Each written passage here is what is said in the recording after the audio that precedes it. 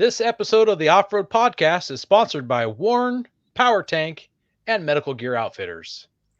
Off-Road Podcast, episode 322, IOX recap with Brent. Tonight, Aaron swings with his axe, Jeremy breaks his Jeep, and Ben waffles on his rig. Welcome to the Off-Road Podcast, the podcast about everything off-road. We cover the news, review products, and interview people in the off-road industry. I'm your host, Ben, and I'm here with my co-hosts, Aaron and Jeremy, along with our guest, Brent, and welcome to the show. I am here. The Weekend Review is brought to you by Medical Gear Outfitters. What are you waiting for? Are you waiting to have a casualty on the trail? Check out medicalgearoutfitters.com to get straightened out.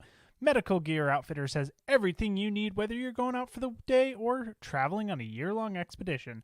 Head over there to get off-road specific kits that meet all of your needs. And while you're there, make sure you use Off-Road Podcast for 10% off.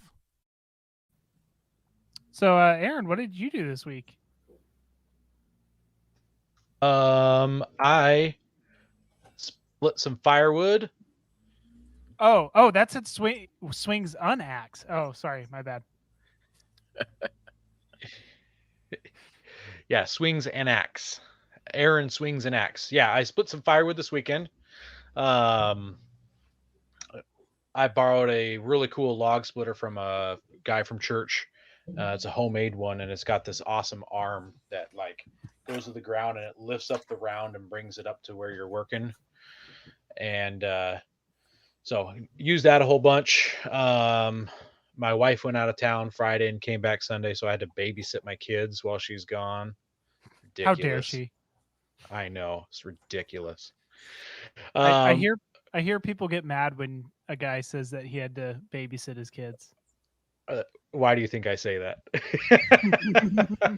I figured you say it just to poke at people's buttons. To me, it's like absolutely they're your children. Like, how are you not watching them? You're babysitting, right? Yeah, I'm babysitting my kids. While I was babysitting my kids, Thomas and I built a model rocket. We've got this 3-pack of them. I think they go 500 feet in the air or something. So we got one of them built, and that was dinner time. So we haven't made any more, but I want to get a second one built before we launch any off in case we have problems with the first one. I want to have a backup ready to go. There you go. In case it explodes. Yeah. Explodes, yeah. Yeah, that was kind of fun. And then I scored on some reloading components. I got myself finally some 6.5 Creedmoor bullets. I've been looking for these for 18 months. 18 months. And because I found them, I bought the die for it as well. So I don't have a reloader yet. I'm not going to buy one until I get all the components just to make sure that I can do it all. So I would recommend I'm going single stage when you do. It'll be a cheaper start and a great way to learn. Yeah, I agree, and less of a chance to mess up. And what I'm going to be building is just some bullets to shoot long range with my 6.5.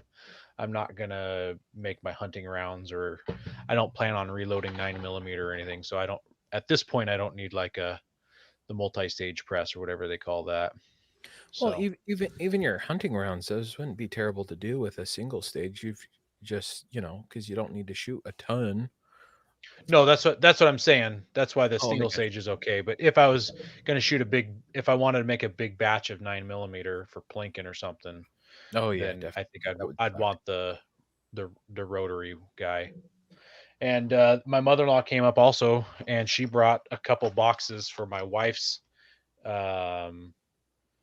32 Winchester Special lever action gun. Nice. Pretty cool old bullets. They're definitely old. So still going to shoot them. Don't care. If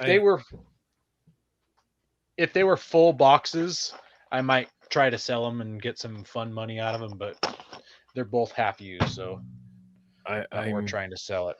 Really wanting to come down to your place and bring my French gun. And you have bullets for it? I do. I have a whole box, wooden box of bullets. Oh, good. No, it was a French rifle. It was only dropped once. Nice. Never fired and only dropped once. Yep. Yep. So that's what's going on with me this past week, and hopefully Saturday I'll have my trusses installed on my shop. Trusses and purlins. Ooh. Ooh, Yeah. moving along. Gonna have a Starting to roof on finally that? make some progress. Wasn't there a back order on trusses for a little bit? Is that what was holding it up? Oh, nice. No, just me going on lots of vacations and stuff Mm. held it up. So That does that. yeah. Titan swapping and everything else. How about you, Ben? What have you been up to? Oh my goodness, what haven't I been up to? I've been busy. Been researching parts. I'm probably just gonna end up getting some factory Toyota head gasket and head bolts. I discovered I do need head bolts. I was researching on all of that. And then I ordered a Haynes manual because I've never done a head gasket. And yes, Because you don't know how to change your underwear? I don't know how to change my underwear. So I'm going. I was looking at what different manuals are out there and what's good and whatnot. Mm-hmm. And Haynes seems to be the better of the batch, unless I were to find like a factory Toyota one, which good luck on that. And then my wife's also got me looking at Jeeps. We were talking about because I need to re-gear and all this other stuff. She's like, wouldn't it just be easier to buy a Jeep? Well, no, not really. Because you still need to re-gear it. I'd still need to re-gear it, and then I'd still want to do a bunch more mods. And it's like I've already done a bunch on my 4Runner, so I've been kind of waffling because I miss some things of the Jeep world, taking your doors off, taking your top off. It's I really love that stuff. Having it leak while you drive in the rain in Washington. Yeah, you know what? That never bothered me. Having it wander all over the road, death wobble. What else is there? Well, the thing is what I really want is I would want a diesel JT. Well, I don't got that type of money, and my wife doesn't want to spend that money. So she's like, "Well, look at this JK with she found like an 08 and it was a rescue green Rubicon one."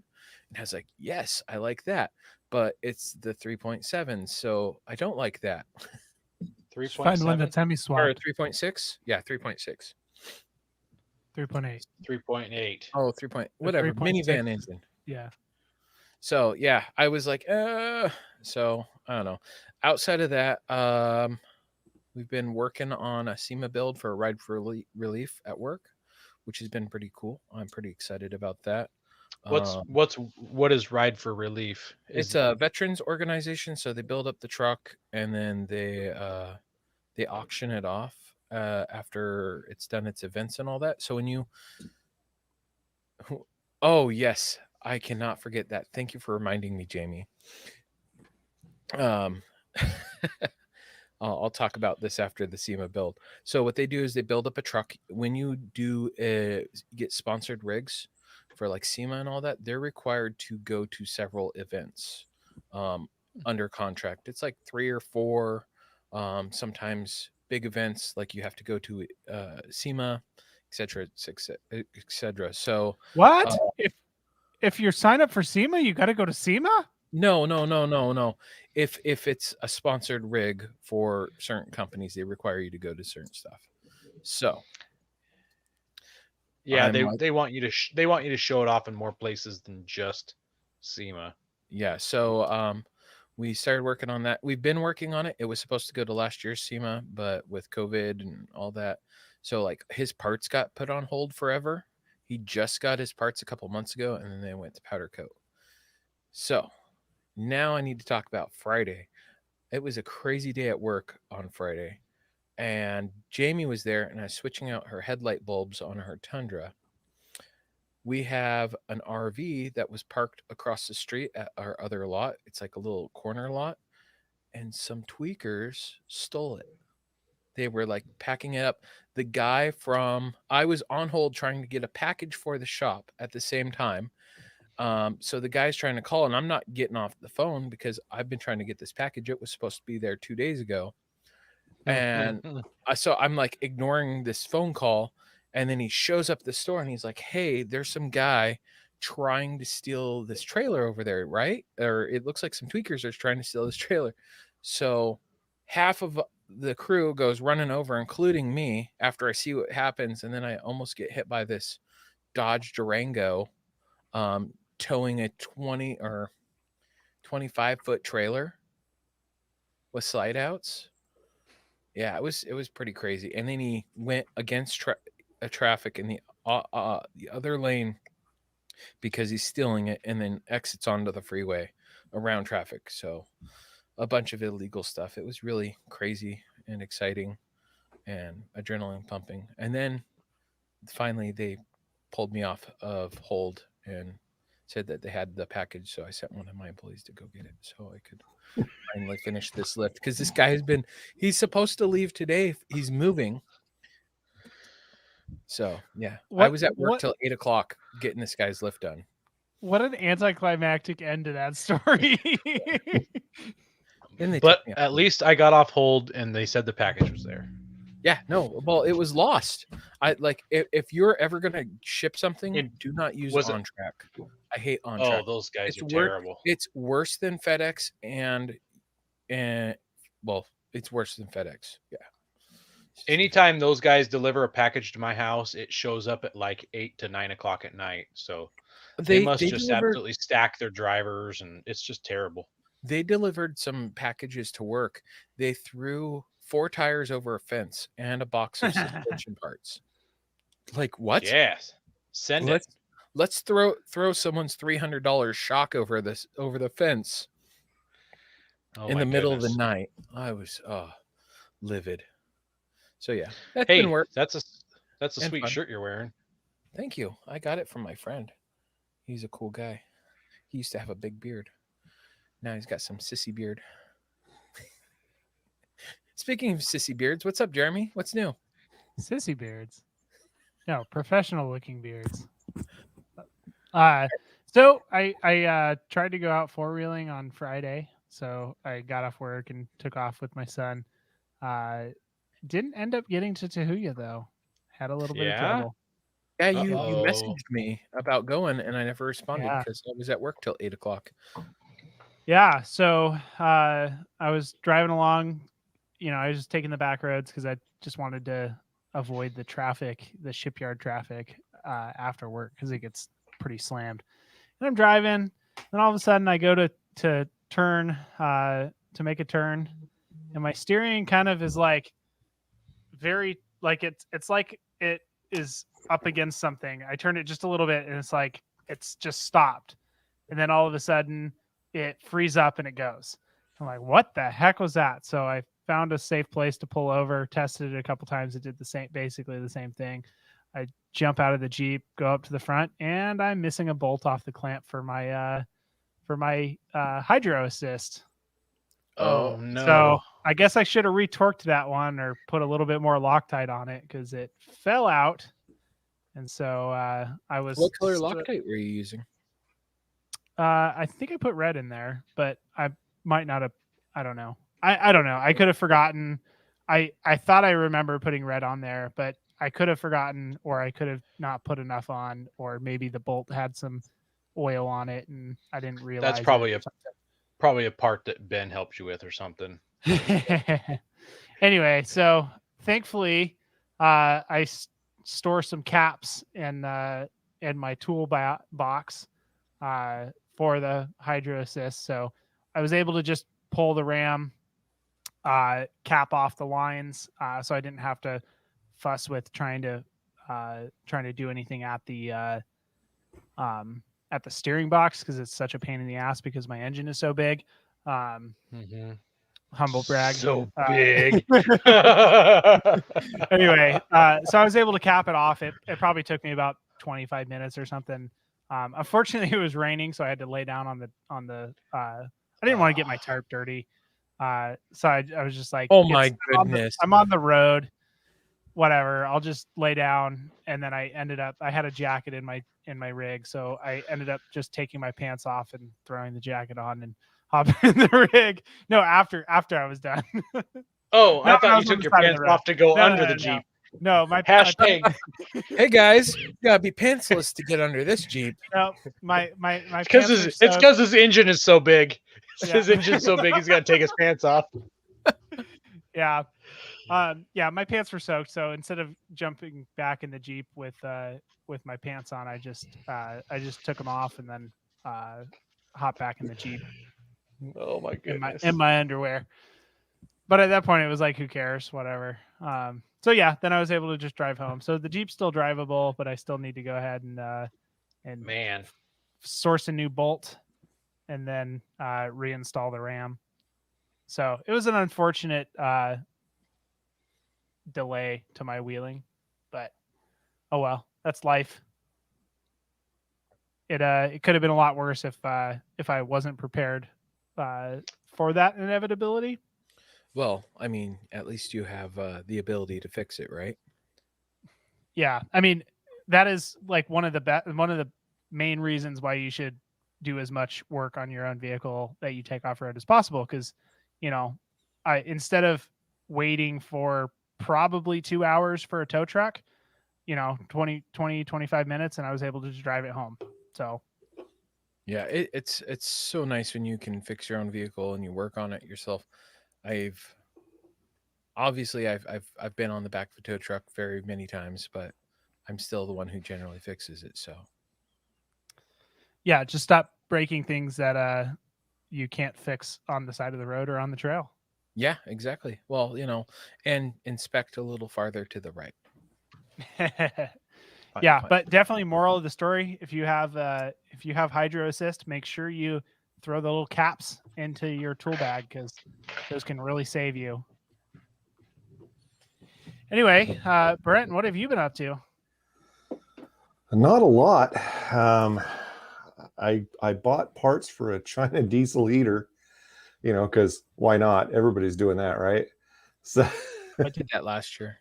Or you're behind, man.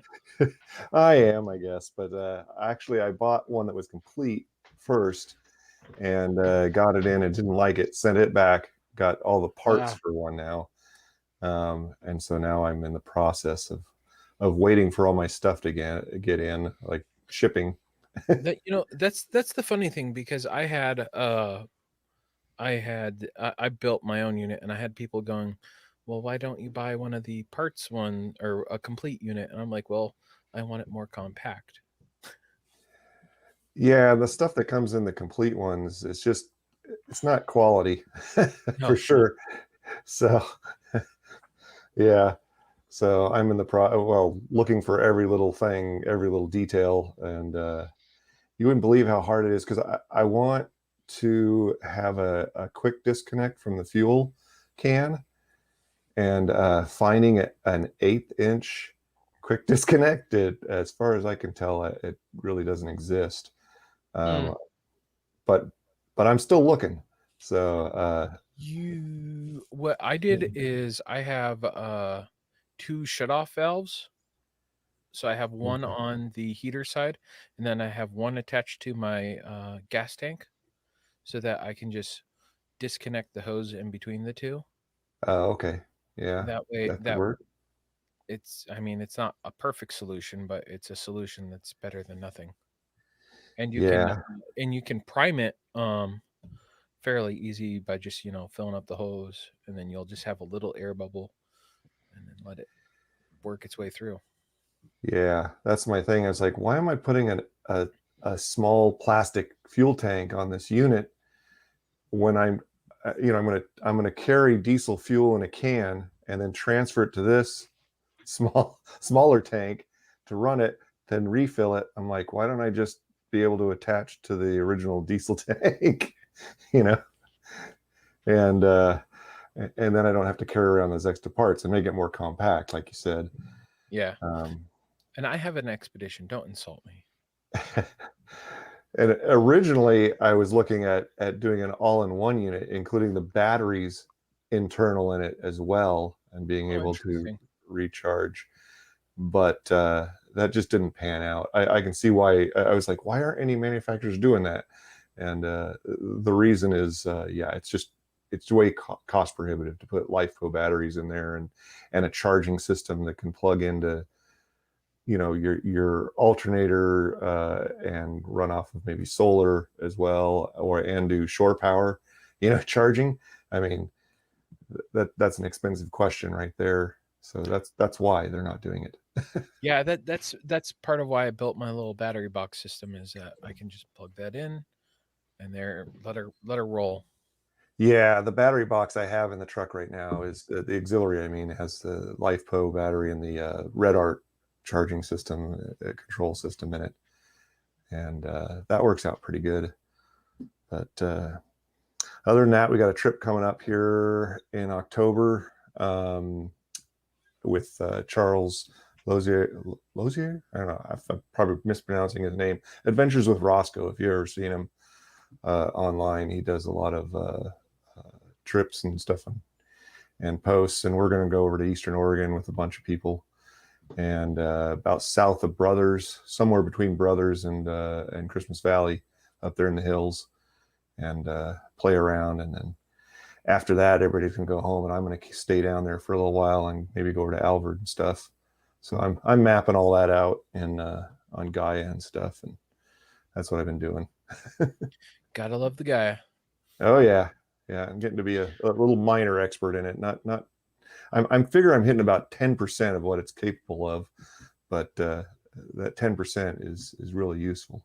So. Yeah. And Tim's asking me if he should buy a Sequoia. He needs a third row that can tow at least 6,000 pounds. Yes, I like the first gen, but the second gens are great too. And third row is always nice.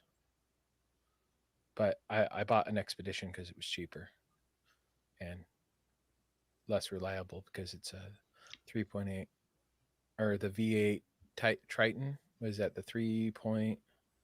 I don't know. Whatever the Triton is. I hate that engine, especially the 5.4 or bigger. There we go. Yeah, 5.4 Triton. That stupid, spark plugs that are under the. Yeah, I'm terrible with numbers. You're having a hard time with engine sizes today, bud. Yeah. It's the big one with the spark plugs that are underneath the firewall, and you needed a 5-year-old to change them. He thinks the 3.8 is a big engine.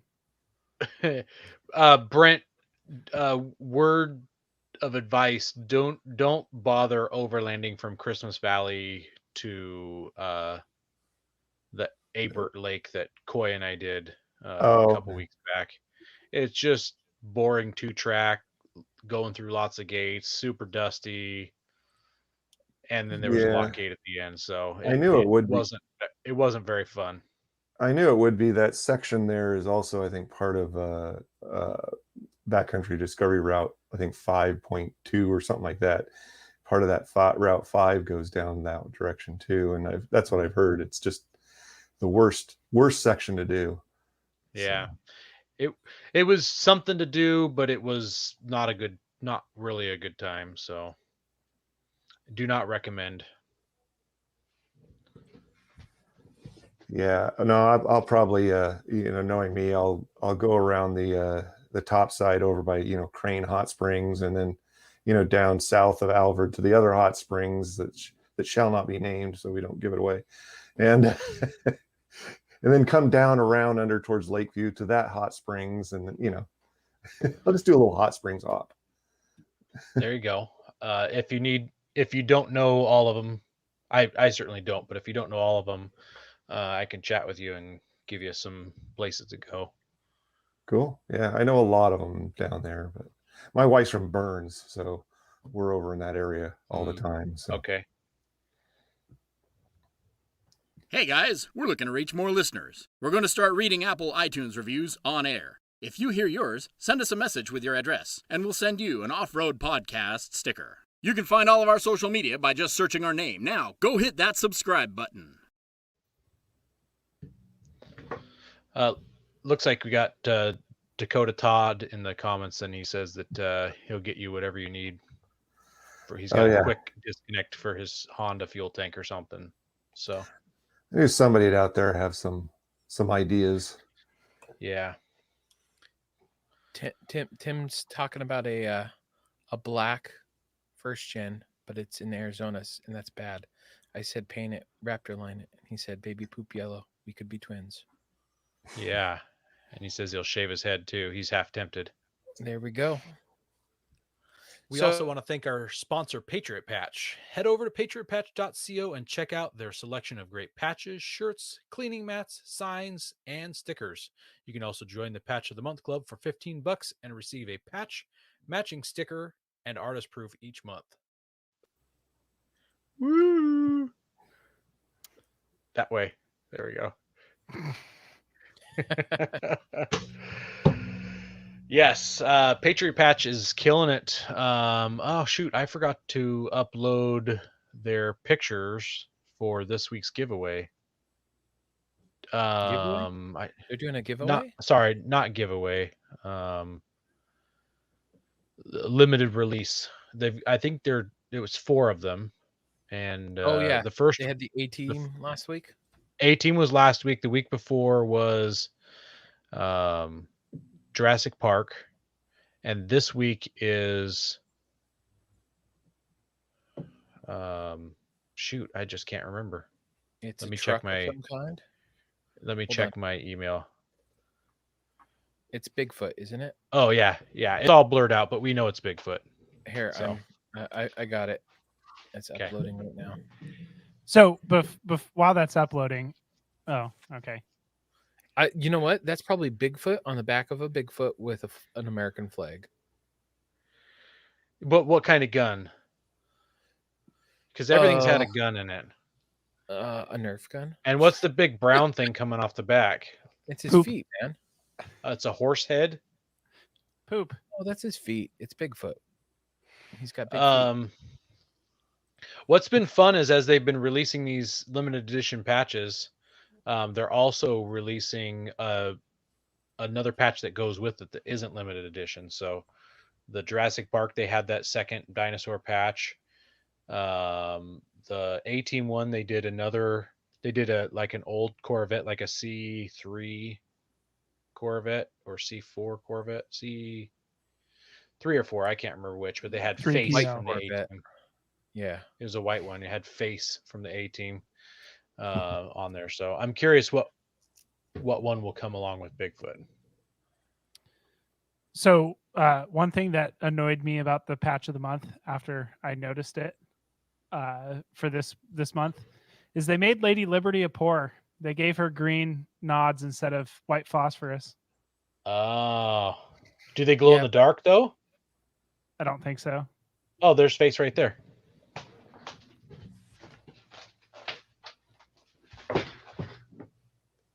They don't glow in the dark. No, they don't. Sad. She's definitely a poor because she doesn't have white phosphorus nods. You're right. Yeah. And she I deserves better. She definitely does. The Taliban have it. Why can't she? I want to reply here real quick to Kevin. He says, besides the discovery of the most epic propane supply for a serious epic winter road trip, that was a plus. Kevin, I'm trying to put that on the hush down low. Now that we've announced it, I want people to forget all about the propane out there. Do not take the roads between those 2 locations, which I can't even remember where it was anymore. It was that boring. Don't go there. Do not find the propane or the UFO airbase. Yeah, you can't just put something like that out on the internet and then expect it to disappear, Aaron. Let's delete that episode, shall we? Yeah. The news is brought to you by Power Tank, the ultimate mobile onboard air system for performance, versatility, and reliability. They are your source for all air-related accessories. Check them out at powertank.com. Before we jump to the news, Ben wanted to do some listener feedback. Yeah. Oh. Dingleberry. Well, that was a while ago. Well, yeah, because you jumped ahead. Well, so here's what I wanted to do for some listener feedback. And this is more of what you guys can do to help with listener feedback. This picture right here. This was our recording that we did with Whoa, Andy. look at that beard that that guy on the far left has. Yeah, look at And the look at beard the on the guy on the front. far. Hey, you're wearing the same shirt, Ben. Have you even changed it since then? Nope, I wear the same shirt all the time. So that that and kind of how we got our sponsorship with Warren was that one of our listeners, I still don't know to this day who it was, saw Andy, talked to Andy, and mentioned that he liked his interview that he did on the podcast. Andy told me that, and he got a couple people that told him that, and it really helped our relationship with Warren and other companies too, with future endeavors and all that. Anytime we've tried to get products and all that. So if you hear someone on the show that we've done an interview with, you like their stuff or you like the interview, let them know. Please do. It helps us. It helps them know that Mhm. they're coming on our show was beneficial. We've had people that bought CVT tents that said, "Hey, Bobby, I loved your interview. Really showed me, what type of person you are." And Jeremy was one of them before he was even on the show. He loved the interview with Bobby, and that's why he bought his tent. So stuff like that helps support us and helps support the companies that come on here. So please, if you hear an interview you like, go tell them that you like that interview. Even if it's just a Facebook message, it helps us and them. So thank you. Mhm. Yeah. Time for some news. Time for some news. What do you got for us this week, Jeremy? Well, this first article, it's kind of a bit of a what's the word I'm looking for? An opinion piece, but it made some good points. So it talked about how Ford was caught lying on the 2021 Bronco over the revised MIC hardtop. So some people are complaining because their Broncos were supposed to ship out already. They say that they've been built, but they won't provide a ship date. And so the writer of the article is just a little bit annoyed with Ford Motor Company. He points out some of the shady Bronco stuff. So he only threw 2 of them into the article, which kind of surprised me because there was definitely a lot more. But one of the things that he points out is Ford was a little bit cagey about what transmission they were using in the new Bronco. So they just called it a 10-speed transmission. I think everybody kind of assumed it was the beefier Ranger 10980, but it was actually the 10R960 from the Ford Explorer. So people were a little bit annoyed by that. And then also one of the things that came up was the Ford showcased the prototype Sasquatch with a manual, which was not an available option until a bunch of people complained. And then they've had a lot of other issues with like their hardtop. I don't feel like that's a lie though. Like just because No, they it's not a lie. And that's why I yeah. said it was an opinion piece. Yeah. And I may not be remembering this correctly, but didn't they also ship some of the Broncos out to the dealerships before they shipped them out to the people that paid for them? Yes, I think so, yes. Yeah, But there's been a lot of poor And they choices. I will say and they that the gave some ones that to like they gave them to celebrities also, Yeah, the like ones that they shipped to famous people. dealerships were meant to be showcased to show people what they can order, not for sale. Because a dealership got in trouble for selling one. So I can understand, hey, Oh. we're trying to get them out to our dealers to help get more pre-orders done. But still, it's still in bad showing on not getting people their orders. Yeah. yeah. I think that Ford really kind of dropped the ball in a lot of ways on this one. I don't think it's really going to hurt them because these types of, I mean, let's face it, people have a short-term memory, especially with this type of thing. The people that are going to be affected are the ones that really were doing the early pre-orders, and they'll be pissed, but then they'll get over it, I'm sure. Yeah, I You're gonna was have to. that was actually with this whole the wife and me waffling over a rig. We actually looked at a Bronco and then it's like, well, it's going to take 2 years to get it at least now, probably, if not longer. And then, but the base price for the Bronco is only for 2 doors, 22, and I think it's 32 for a 4-door. Yeah, but you're not going to just want a base 4-door. No, I was looking at like a base with the Sasquatch package and a couple other things. Are they even selling base Broncos? Usually when something is brand new and super hot, they sell the most expensive stuff first out the gate. You can order one. You can do a build order one. And you can I built it out. It was like $44,000. Gotcha. But then it's going to take 2 years. But then it's going to take like 2 years. So it was like, if you wanted to go pick one up off the lot, you're not going to get that of which would be fine by me, but not well, my wife. So, and if you're going to go buy it off the lot right now, you're probably going to have a huge dealer markup. Oh, especially right now, not a car buyer market right now. Not at all. So the next article is a few green groups are suing over harmful off-roading in the Mojave Desert. So what this is about is a coalition of environmental groups have sued the Department of Interior in the BLM. And so what they're mad about is they have approved a plan to authorize 6,000 miles of routes for off-road vehicles in the Mojave Desert in California. The lawsuit alleges that they have violated the National Environmental Policy Act, and their claim is that off-road vehicles that are going around in the desert are going to kill the hard-to-see tortoise. Good night. Yeah, I have a response for that. Yeah. Which is? Hold on. What's that? People making a NEPA claim? Oh, it's not. Oh, it's not playing it. I was gonna play the whatever face. How dare you? You stole my childhood. Oh, I see. You were gonna go all Greta. I was gonna go full on Greta. Actually, yeah. This might work now. Here. It's too late. This is all wrong. I shouldn't be up here. Yep. See, there you go. Did it come through?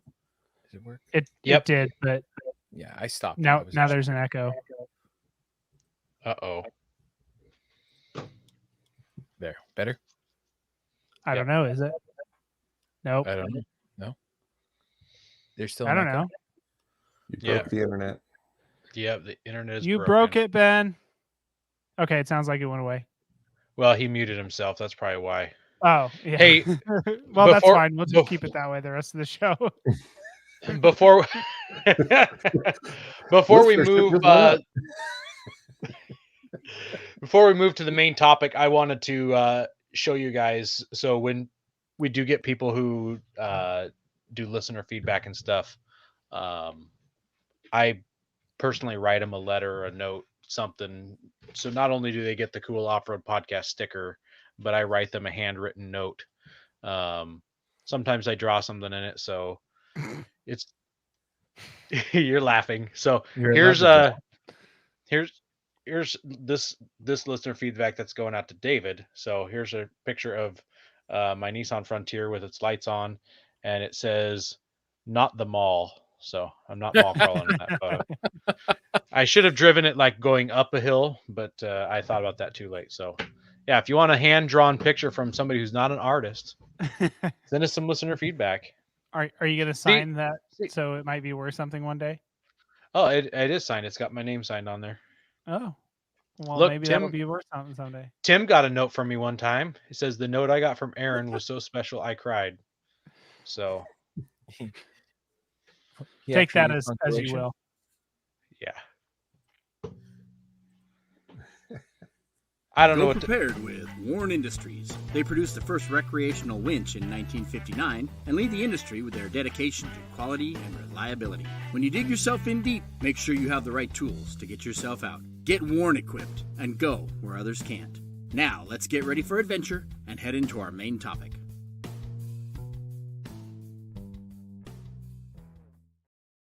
Sorry, Aaron. There was a moment of silence and I jumped That's on okay. I was just going to say, I don't know what else to say about the turtles. So Maybe I if like they would turtles. find some, Tortoises. yeah, maybe if they'd find some sort of genetically modified goo or something in a sewer and eat some pizza, they'd grow up to be cool. It's the Ninja Turtles, not the tortoises. Ninja tortoises. Well, they could be the ninja tortoises. Maybe they're kung fu tortoises. You got Ninja Turtles and kung fu tortoises. That I could like be it. that- Perfect. Yeah.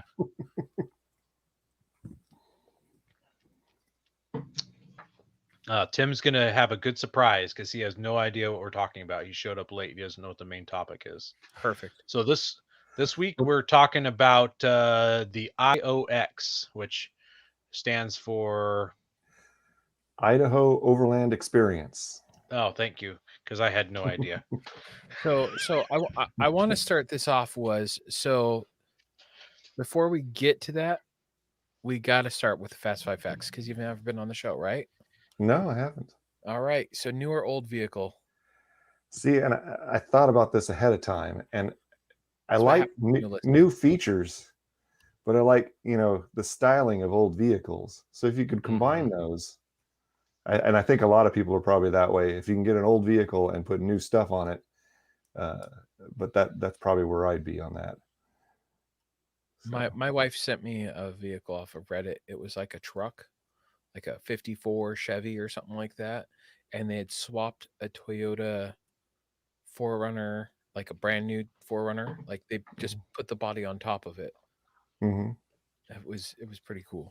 I've seen that too. I had a 48 Ford F1 pickup, and that would have been fun to do something, modern underneath with.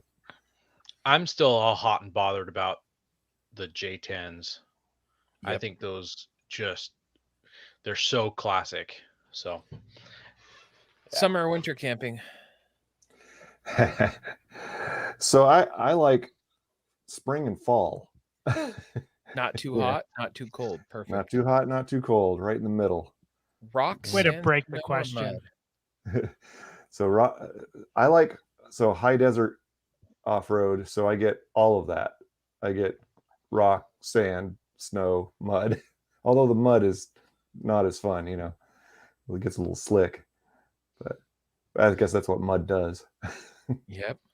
And then favorite vehicle brand? I don't have one actually. When I got the show notes, I wrote Hupmobile just to be funny, because nobody's gonna know what a Hupmobile is. But other than fun fact, it was Al Capone's favorite vehicle was a Hupmobile.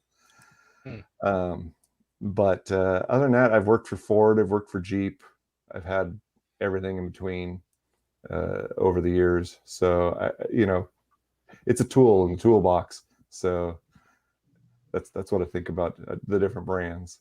They all have their ups, they all have their downs. Yes, they do. And favorite tire? Well, that's an easy one. That's BFG for me. I've used them for years. I've had a few other brands, but I like the BFGs. there's a Hupmobile. There is a Hupmobile. That wheel cover looks like it's carbon fiber. Look at the lines on that. On the side spare. That is awesome. Yeah, I'd So- wheel one of those. That'd be totally Olaf. I'm not gonna lie. When you threw that in the notes, I was reviewing the notes before the show, and I thought that said Humpmobile. We know where your mind went. Apparently, I don't know. It's big enough. Anything could happen. Kevin says that he loves the BFG KO2s. Yeah, they're tried and true. I mean, they've been around for a long time. They've gone everywhere. Everybody says they're BFGs. It's an old man tire kind of thing. You're not running the Yokohamas, or you're not running these. All the fancy stuff. But I'll go with what's been used and what's been shown to work. Yep.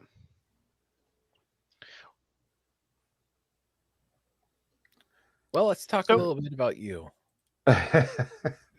A bit about me, huh? Yeah. So how did you get started off-roading? So it was kind of weird. I've done it for several years. I used to have speaking of old cars, I had a 74 Bronco. Speaking of Broncos, back in the original days, the old school OG Bronco. And I took that thing everywhere. It just had it had no working gauges, literally not a one. I screwed a tachometer to the dash, so I kind of knew what I was doing. But nothing worked. You turned on the heater and nothing but 22 shells rattled around in there. You just hear that squirrel cage rattling, and I'd take that thing out everywhere, and I loved it. You could take the doors off, I had the soft top, so I rolled the sides up, and just tool around. What year was it? That was a 74 Bronco. 74. Okay. Yeah. And I wish I never got. That's the one rig I wish I never got rid of.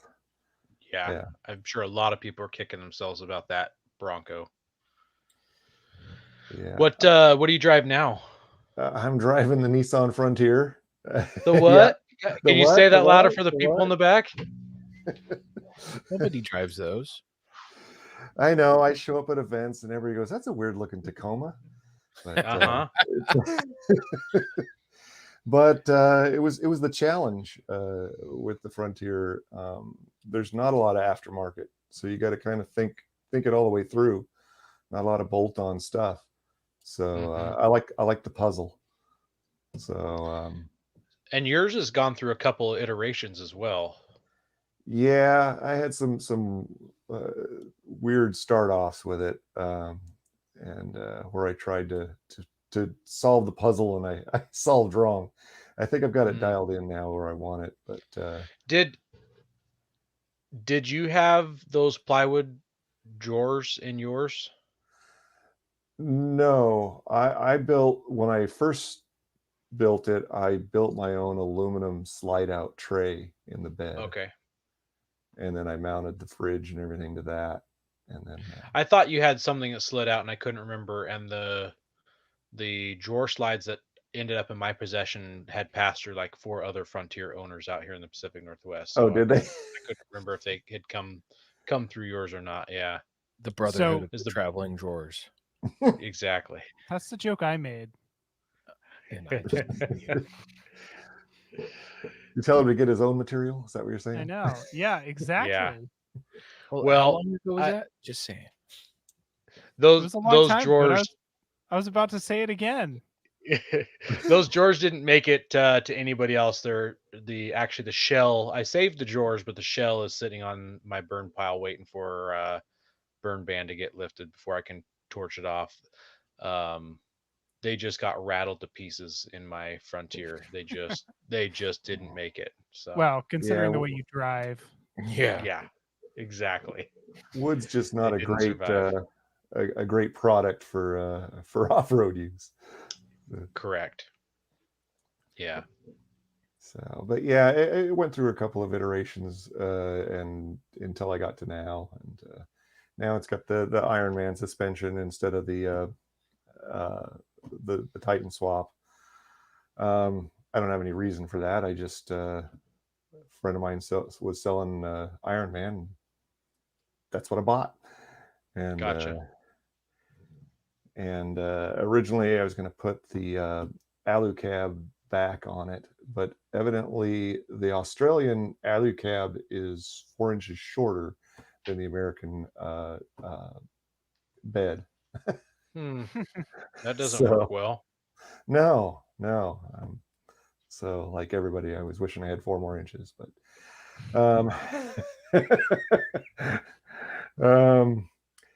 yeah, so I ended up going with an ARE capper on it, and just kind of gave it that extra.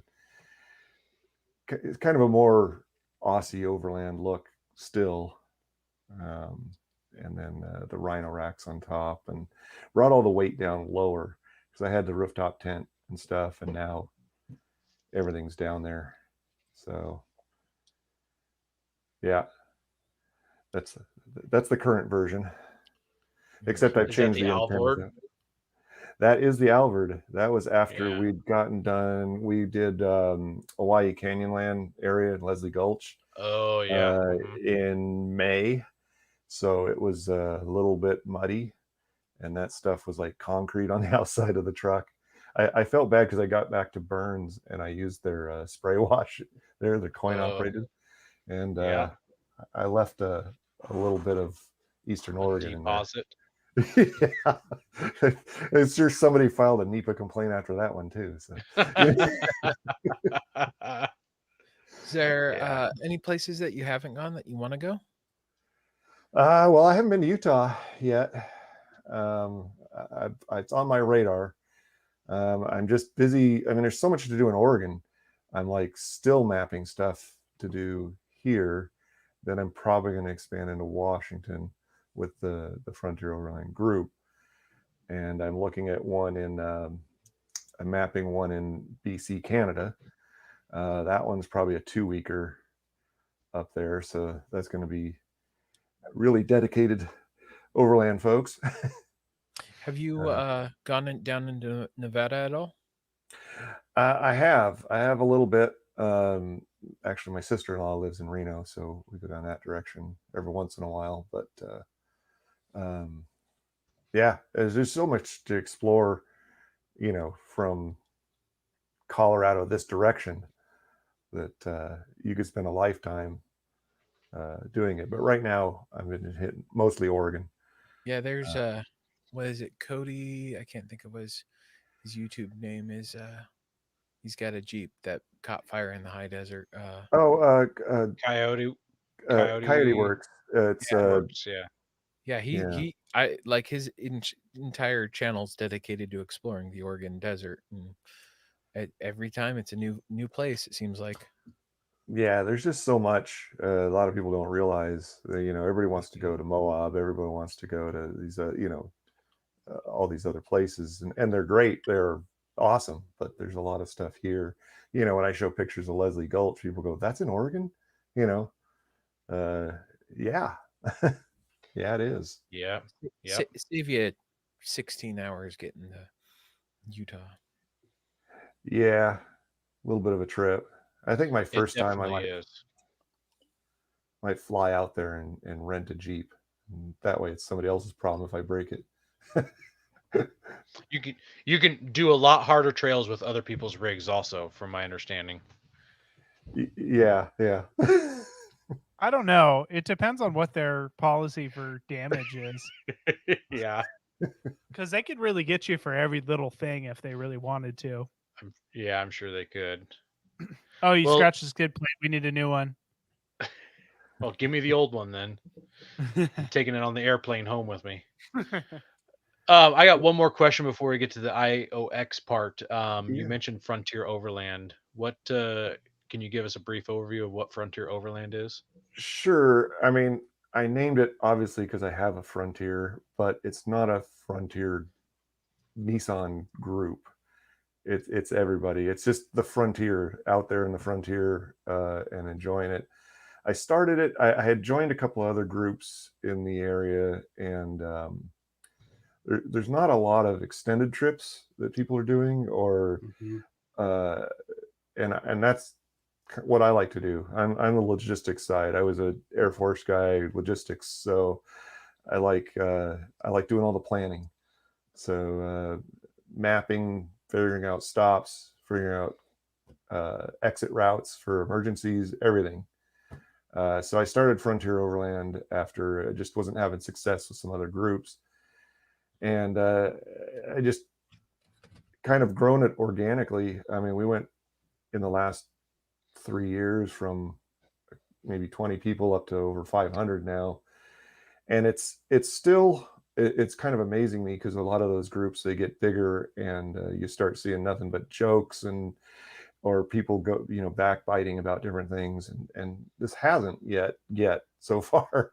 I haven't had to kick anybody off of anything. I haven't had to moderate all that much. So I think we're putting out quality content. I'll put out stuff about winching, about line splicing, about battery setups, all sorts of things. Try to keep people interested and do things that maybe some of the other groups aren't doing, especially with the longer trips, the pre-planned trips. You don't have to think about it. I'll put them out there, and you can just look at your calendar and go, yeah, I can do that, and then you just sign up. And it's, you just got to know when you're doing these events and these groups and stuff that 50 people are going to sign up and 10 are going to show. Maybe. I mean, that's Yeah. that's the reality of it, and you just know that. You plan for, oh my gosh, if 50 people do show up, that'd be awesome, but I do like it when only 10 do show up, because it's a little bit better, and then when you're routing and trying to find camp spots for even 10 people is a lot. So 10 is a lot for sure. There was something you were working on. I want to say it was probably about 6 months ago. I don't know how much you want to divulge if you're not done with it. There was like a little booklet thing that you were working on. yeah, I'm still working on that. So it's designed like the McMiniman's passport. I don't know if you guys are familiar with that one, but McMiniman's puts out this passport. You go to all their restaurants and bars and pubs, and they stamp your passport, and you get prizes and stuff along the way. So I'm doing the same kind of thing. You get this booklet, you get stickers as you pass different things. You do OBDR Route 3 or something, and you get a sticker to put in your book. Once you complete so many of those tasks, you get prizes. And we're looking to have sponsors and stuff, have some prizes ready to go, maybe some discounts at their stores. So when you complete tasks, that you'll be able to do that. And it's kind of, it's like your little badge book. You can open it up and say, look, I've completed all these. And we're also kind of working on an app that does that too, but I don't want to talk about that one. It's top secret. Okay. All right, let's talk some IOX. So, what was the attendance like for the event being its first week, and on what it was the week after Labor Day weekend? Yeah, we talked about that date being a little bit unfortunate because it did limit some of the people that might have come if it had been maybe just 1 week prior on Labor Day, or if it had gone later. Originally, he wanted to do the first week in October, but there's another event. I can't remember how many, down in Sandpoint, which is fairly close. That's also an Overland event going on that week, the first weekend in October. So in order to not compete, he decided to go with the second week in September, and it turned out pretty good. I want to say there was over 100, but it's so dispersed, it's hard to tell. That's the thing that's different than other Overland events, like Northwest Overland Rally, where you've got a 20 by 20 spot for your truck and tent. Which isn't as big as it sounds. No, it's not. It's not. No. In fact, when before NWR got canceled this last time, I had bought 4 spots. So, Wow. Geez, how big of an Overland setup do you got? I don't. I just wanted space around me. Yeah, no. I mean, what, Jeremy? We had, was it 2 spots between both of us? We had 3 spots. You had bought 2 spots. I was a rookie and didn't realize you should have bought 2 spots. Yeah, I had 2 spots, and it still was tight because it was like there's my trailer, there's my rig, and there's like a little bit of space to use in between them. Yeah. Like most of our space was between our 2 rigs, was Jeremy's and mine, and we had a little open common area in the middle. I really see why people like group up together and like park all their rigs together in parking spots and then use the rest as a camping area or play area. And I was going to say, that's what makes IOX completely different, because everything's dispersed there. You can group together, but you can group away from everybody else. There's so much land there. It's over 100 acres, I think, or right around 100 acres. and there's trees and stuff, and they've developed some nice camp spots around there, and they have porta johns throughout. They're just kind of randomly, spread out throughout this forest, and you can just go camp. They've got lighting out there. The trails are on site because they do the Mountain Mafia does the Havoc series, the hill climb type trucks and the rock crawling kind of things, and they had those out there too, and that was a really cool to see that engineering that goes into those builds is crazy. But was anybody playing Turkey My Mayonnaise there though? Turkey My Mayonnaise, I'm not sure. No, nobody played Turkey My Mayonnaise. All right, well then it's not a real party if you're not playing Turkey My Mayonnaise. I was gonna say, what is it?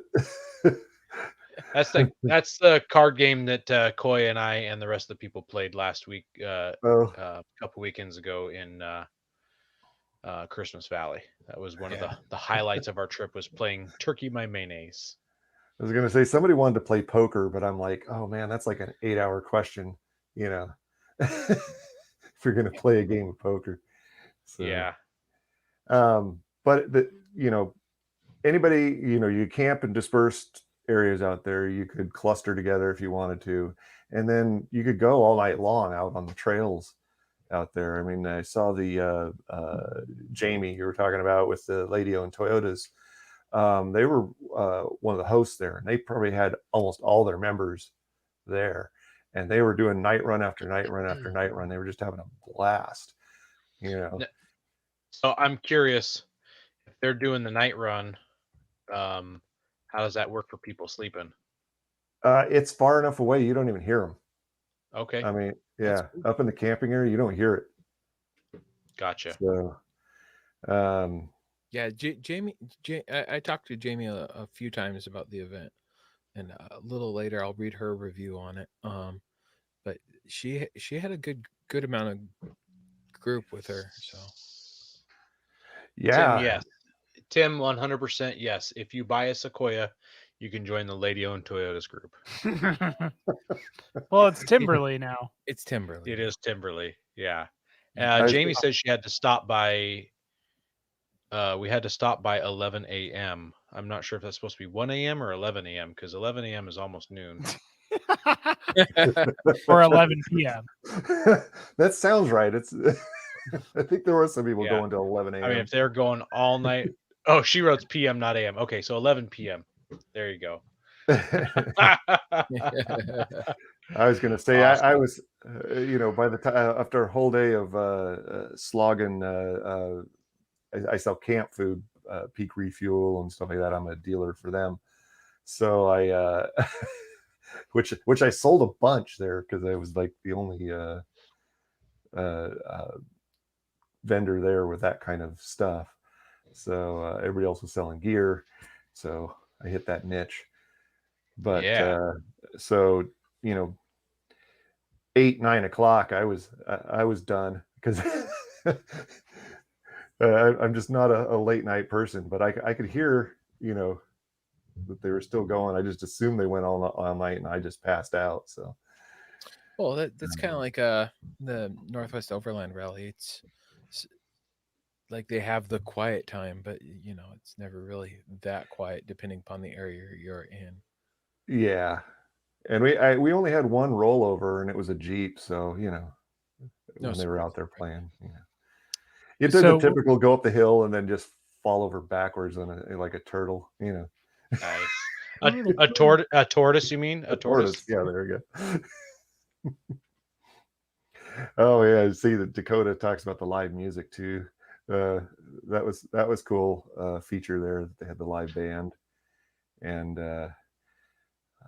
on Saturday night, and they had a little raffle there and a best truck kind of thing too, and the typical rally stuff that you're going to see, but with the added benefit of being dispersed. And coming and going too was no problem. There was a couple of people who ran down to get coffee in the morning. and you're just, I think, 15 miles from Bonner's Ferry, so you run down there. A couple of people ran up to the border, because I think we're only 10 miles from the Canadian border, and took a picture at the Canadian border. They flip off the Canadians. And How about Make that, them you hosers? apologize. Make them hosers apologize. yeah, let us in, eh? But yeah, it's a good event. I had a blast. That's the second year I've done it. Last year I didn't go as a vendor. Last year I just went up and camped. So, so yeah, and it's like I said, it's a little more private, a little more homey. It doesn't have the air of respectability, I guess, like Overland Expo West, where it's more formally run. It's kind of a free for all. You come in there and they just, Ben's really cool. He's just like, oh, camp over there, do that over there, do what you need to do, and then we'll meet back here for this event and have fun. So I was going to say, I forgot to mention that they also had some classes like backroads four-wheel drive training, formerly Three Amigos, Mike Block and Will Gillette. I don't know if you know those guys, but they were doing some high lift training and some winch stuff. So that was kind of cool too. I didn't get to go over and see it, but I wanted to. But they were doing some kind of bench training and then going out and doing it. So it was cool. Nice. So when you were talking about how you could kind of just camp everywhere, how far was everybody from kind of the central vendor area? You can walk through the woods to the central area if you want, or you can drive around to get to it. But if you wanted to walk over, it's not a problem. Last time I set up camp out in the woods and I just walked in, and then it's they're used to doing events with the Havoc series and stuff, so they're well set up, So I'm talking to Ben next year about when we're going to do the next year's one, trying to convince him to maybe do spring next year. It really depends on like Overland West usually does theirs in Flagstaff there in April usually. This year they're doing it, I think, this coming weekend. Yep. And then the Panhandle one, which is that other rally that's in October, they usually do the first week of October. So I'm trying to convince them. I says everybody's really raring to go right around May. So if you hit Memorial Day weekend, 3-dayer coming out of Portland area, that's not out of the realm of possibilities for a lot of folks. A regular weekend is a little tougher, but Yeah. Well, I mean, you just make it a 3-day. Yeah. Yeah.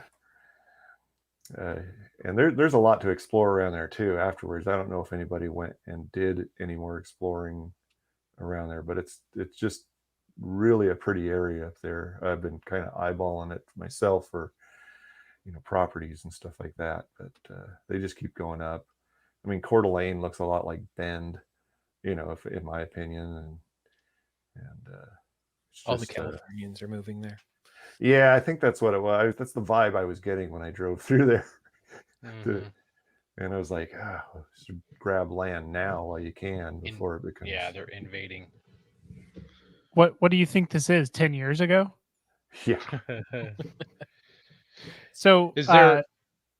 Go ahead. Go ahead. Nope. No, you go ahead. No, you go ahead. Okay. Speaking of kind of the vendors, who was out at this one?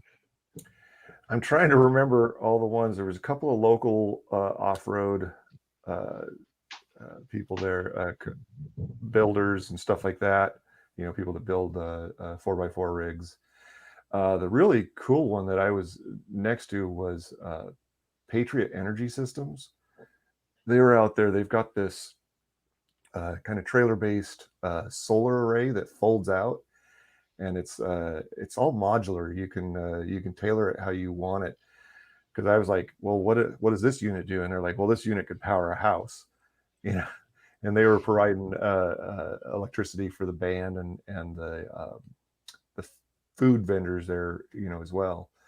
And but it was a cool setup, and they do some really patented stuff. That was really exciting to talk to, because the engineers were there, and you could talk to them about how they came up with this solar array and how they built it and how they decided, you know, what power packs to put in it, and how they designed it. I mean, yeah, just all the work that went into that was cool to listen to. We've got a bunch of comments in the comments here. It says Cutting Edge Customs was there, Titan Truck Equipment, Titan, that was the one I couldn't remember. Mountaintop, Bombshell Off-Road, Vision X. Yeah, Vision X, that was the other guy. Yeah. Apparently there was a hot dog guy and a pizza joint. Yeah, they had hot food there if you didn't want to make your own. Nice. Or buy yours. Or buy mine, yeah. Well, I mean, if they didn't want to buy yours. Yeah. They most people buy mine to take with them on a longer trip, you know. Yeah. So yeah, I did pretty good selling that stuff. I was surprised. I wasn't expecting to do a whole lot, but I got to make another order so that the next time I can fill orders. So. Nice. Oh, I see. He says the dry food vendor. That was me. And then there was a local tap house that brought out some ice cold beer, and K&N sponsored the event. Yeah, that's a good vendor list. Was there anything about the event that you didn't like, or that you didn't think worked out, or that you think they could have changed or should change, besides the date? Other than the date, I think we just maybe need to, you know, these things are organic. They grow and change over the years. You know, when you find what works here, what doesn't work there. I think probably just maybe controlling. I don't know. There's really not a whole lot you could change to that. You know. So what you're saying, it wasn't the fire festival. Yeah, and it wasn't a nighttime rave. Everybody was like, "Oh, you're sleeping next to your vendor stuff. It's going to be just," and which was next to the stage, and they're like, "Oh, you're not going to be able to sleep." And evidently, when you bring bourbon, you can sleep through anything. So Nice. Was there a favorite rig you saw there at the event? Ooh, well, the lady-owned Toyotas have some awesome rigs. I will say that Jamie's with the whip lights rolling around there, you could just look like amazing. I saw a really cool XJ, because I used to have an XJ at one point, and I always kind of have a little fond spot for the old 4.0 inline 6 that those have, and it was even black like mine, and he was fun to talk to, and it's like getting nostalgic, because I haven't had one of those since the late 90s. So let's see. I've got a picture of Jamie's rig. I'm gonna upload here. There you go. Yeah, she's got rock lights and whip lights. Makes her shine. Show Really that bright. again. There he goes. Yeah. yeah, and I wish I would have taken. Was CBI Off-Road or CBI Fabrication there? I didn't see them. Because I think they're from Idaho. They are from Idaho. Yeah, that's kind of surprising that they weren't there, though. I mean, maybe they were like, this is too small, or they didn't have enough notice for them. I think it was just the date was for a lot of them. You know, like when I talked to Warren and to Iron Man and all those people when he was setting this up in I want to say July or something. He was kind of throwing this thing together. I'm like, all these vendors were pretty committed. I mean, they're like, you need to get them a year in advance. Yeah. Well, So, and especially with bigger events like that, they've got to make sure they have the manpower and schedule it out, and make sure they have the funds for, you're paying someone to go away for the weekend. mhm. So So hopefully we'll get a date solidified for next year, and then we can all reach out and get some more vendors and a different variety too, because that's what I like seeing when I go to these events. I don't want to just see the parts vendors. Uh, I want to see what everybody else has too, even camping gear. Hmm. You know, getting Yes. something like that out there too. Some unique products, some startups would be cool to see there. yeah. Uh, yeah. That So. is one benefit of the regular rallies is when all the cars are lined up, you can easily look at everything. I Um, that's something that I've really liked about like Northwest Overland Rally is, you get to walk around and you get to see everyone else's setups, and they're in the same community as we are, so they're wanting to talk about it just as much as we are. They're like, "Oh, so what'd you do for your build?" Like I've had a handful of conversations at Northwest Overland Rally with guys that have like there's a guy that had an ambulance truck that he Mhm. converted. mhm. And like we were talking, I'm like, well, what was hard about building it? How does your seating work? Because like I've got a family of 5. How am I going to fit 3 kids, a wife, and me and a dog in an ambulance and still use Mhm. it? Yeah, I like I'm seeing some surprised of you the. haven't gotten an ambulance. It'd be really Considering it. beneficial for you, anyways, Ben. Yeah. Yeah. An old Prob- mash truck, the There you the go. red cross on the Um, side. I know earlier you talked about a little bit about how it was different than like the Northwest Overland Rally, for how the parking goes and stuff like that. Um, is there anything else, if someone, because obviously this is only the second year that they've done it at this venue, is there anything else if someone's been to a Northwest Overland Rally like Ben and I, but we've never been to the IOX, anything else different that we should expect or not expect? Was there bathrooms, a shower, stuff like that? You mentioned a stage and a band. Yeah, there's porta john bathrooms throughout. Um, that is probably one thing. There was hand sanitizer in them, but I think an external wash station would probably be in order at some point. Isn't Uh, that something they Like, have at Northwest Overland Rally? Is they have yeah, the yeah, shower, they had and they those, also had like the hand washing stations. but I don't know. I mean, you're there for 3 days. You know, maybe you need a shower. Maybe if it was warmer. It was kind of, because it is mid-September, that it was a little cooler. In the summertime, you probably need more shower Yeah. type stuff. But for a lot of us, who are, dude wipes kind of on a 3-day trip, I can shower when I get back. Yeah. yeah. Yeah, dude wipes or some baby wipes, and you're solid for a short trip like that. Yeah. Unless you get muddy, and then pull out the hose.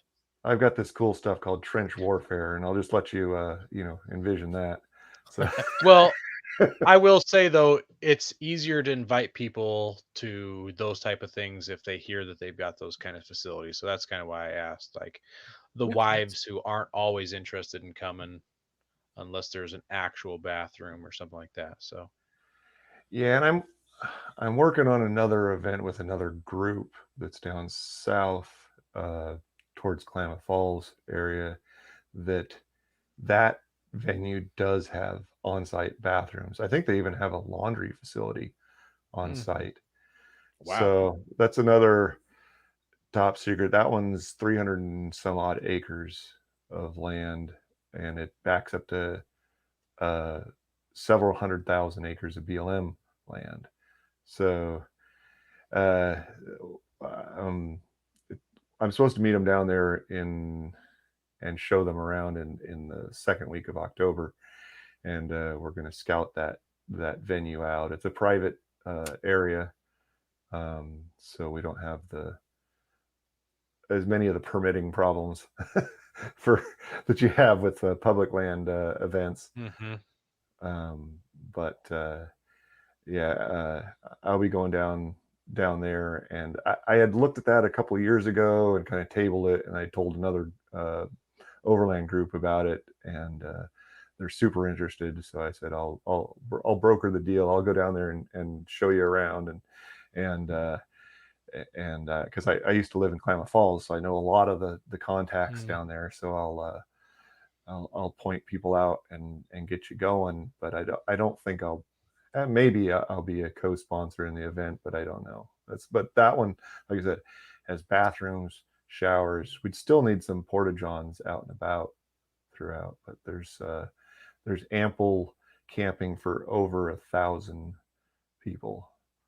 So we'll always look at, where we start and how to expand, and those type of things. Yeah. So I'm gonna read Jamie's review here. She sent me this the weekend, or when she got back. She said if I was over the right. Oh wait, sorry. Oh, that was another. Sorry, she got stuck and she sent me stuff too. Yeah. She had a video of her getting stuck. So there we go. That it was a beautiful piece of property. I see why Panhandle moved. This property was more for wheeling and racing versus overlanding. Great event for even being small. They had a great turnout, and I love that everyone got a chance to know each other. Bigger events, you don't really get to do that. For instance, Northwest Overland, it's kind of hard to meet everybody. The event went well. Everyone was super friendly, encouraging. The vendors were great. Classes were very informative, and the technical course put on by Cutting Edge Customs was amazing. Along with had a lot of members there from Washington, Oregon, Idaho, and California show up, and the prizes were great. So that does sum it up. Did they do a the giveaway kind of like they do at Northwest Overland? Yeah, they did the raffle. Yeah. Nice. That's always fun. Yeah. Yeah, I'd forgotten about it. I had some stuff to give away, but I just didn't get it in time. And then you already started doing the raffle. I'm like, well, okay, maybe next year. How were they doing the raffle? Was it like Northwest Overland, where like everyone's shouting "burn it"?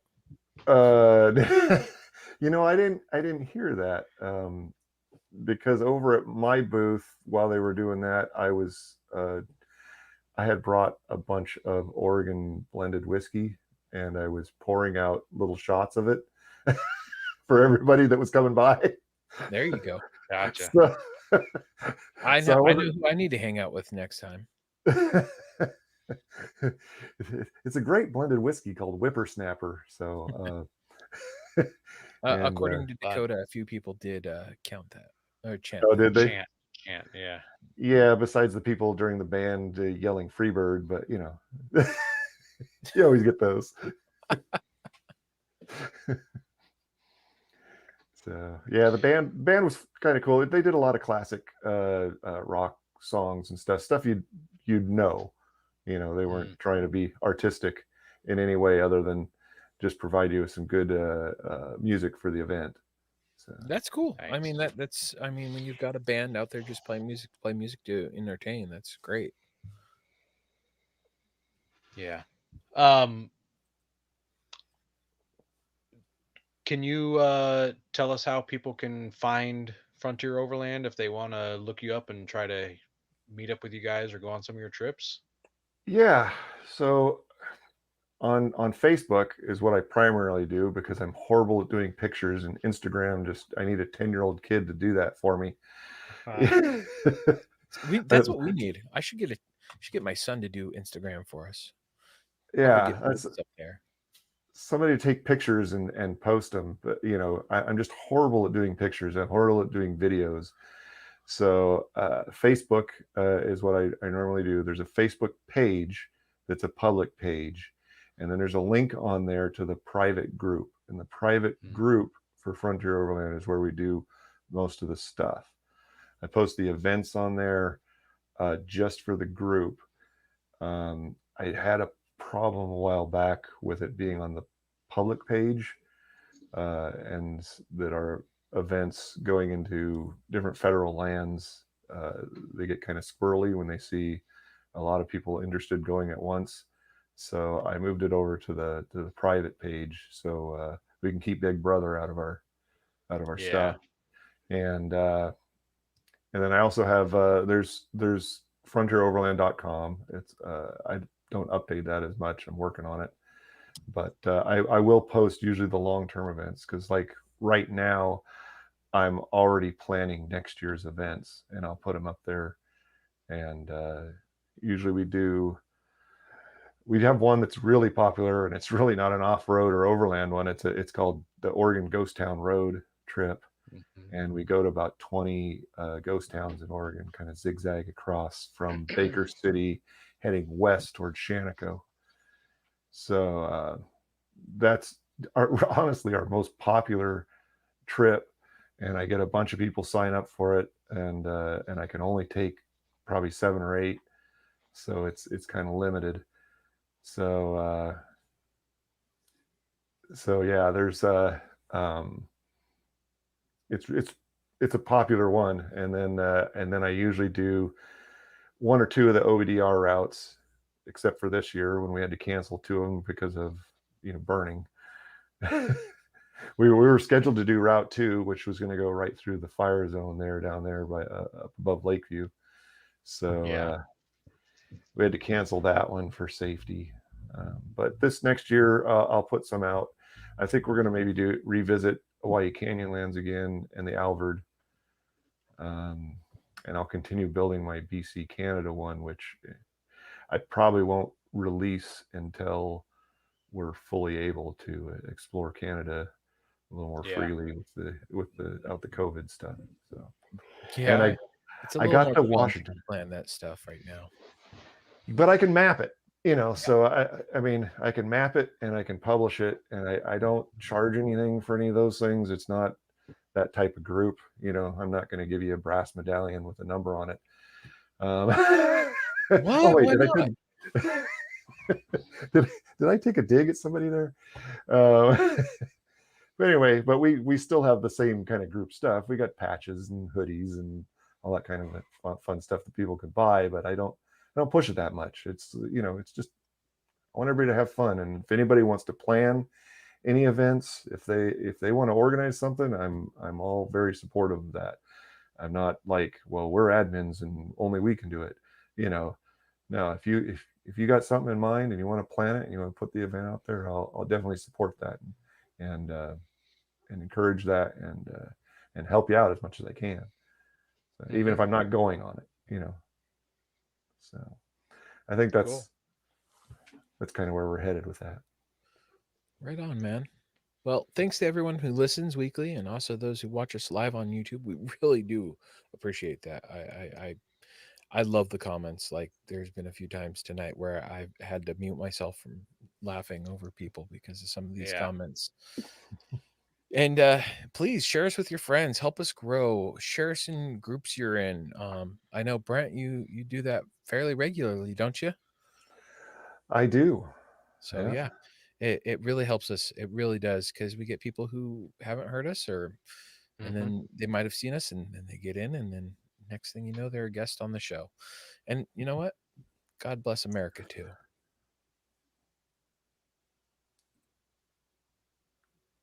Don't forget to visit Patriot Patch and join the Patch of the Month Club. Check out our Gaia affiliate link for up to 40% off. Also, don't forget to head over to Warren and Power Tank to see all of their great gear. We are a proud part of the Firearms Radio Network. Got a question or comment? Send it to us through our webpage at firearmsradio.tv or through our social media channels by searching for Off-Road Podcast. Also, you can listen to us live at overlandradio.com, Mondays at 7 p.m. Pacific. When off-road, please remember to have fun, tread lightly, be safe and courteous, and thanks for listening.